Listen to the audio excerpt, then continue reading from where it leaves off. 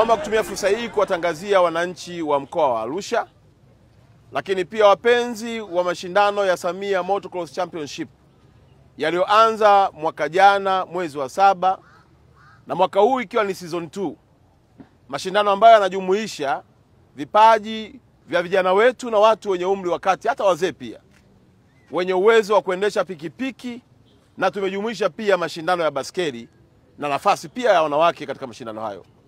Msimu wa pili wa Samia Motocross Championship tumeongeza zawadi kutoka mshindi wa kwanza milioni 10 kwenda milioni 15, na kutoka mshindi wa pili milioni 7 kwenda milioni 10, na kutoka mshindi wa tatu milioni 3 kwenda milioni 5. Na hapo pia tumezingatia pikipiki za expert kama hizi. Kuna MX1, kuna MX2, kuna MX3. Lakini pia tumejumuisha na bodaboda. Na mshindi wa upande wa bodaboda atachukua takriban milioni 5.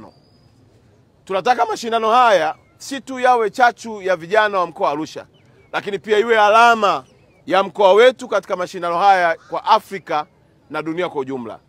Washiriki ni Watanzania wote na wana Afrika Mashariki wote. Tunawaalika ndugu zetu kutoka Kenya, tunawaalika ndugu zetu kutoka Uganda, Rwanda, Burundi na sehemu zingine zote, wakiwemo na ndugu zetu sana kutoka Zanzibar, kuhakikisha kwamba wamejiorodhesha na wameshiriki kikamilifu katika maandalizi ya mashindano haya. Tunakwenda kutengeneza uwanja wetu kuwa uwanja wa kisasa.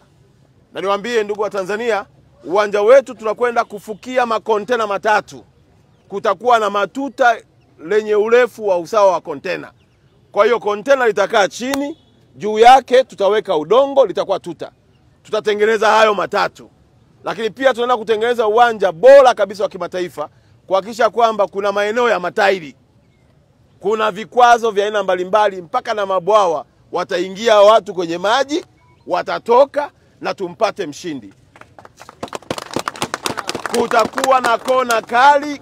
Tunataka kutengeneza michezo ambayo Afrika itakuja kujifunza wapi? Katika mkoa wetu wa Arusha.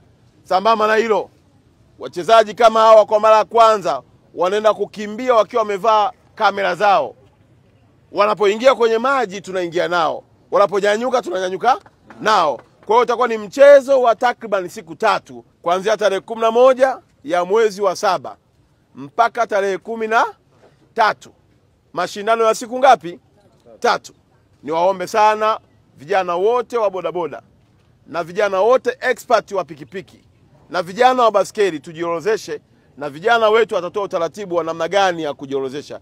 Mtandao utatangazwa, weka taarifa yako pale, weka usajili wako pale ili upate kushiriki mashindano haya.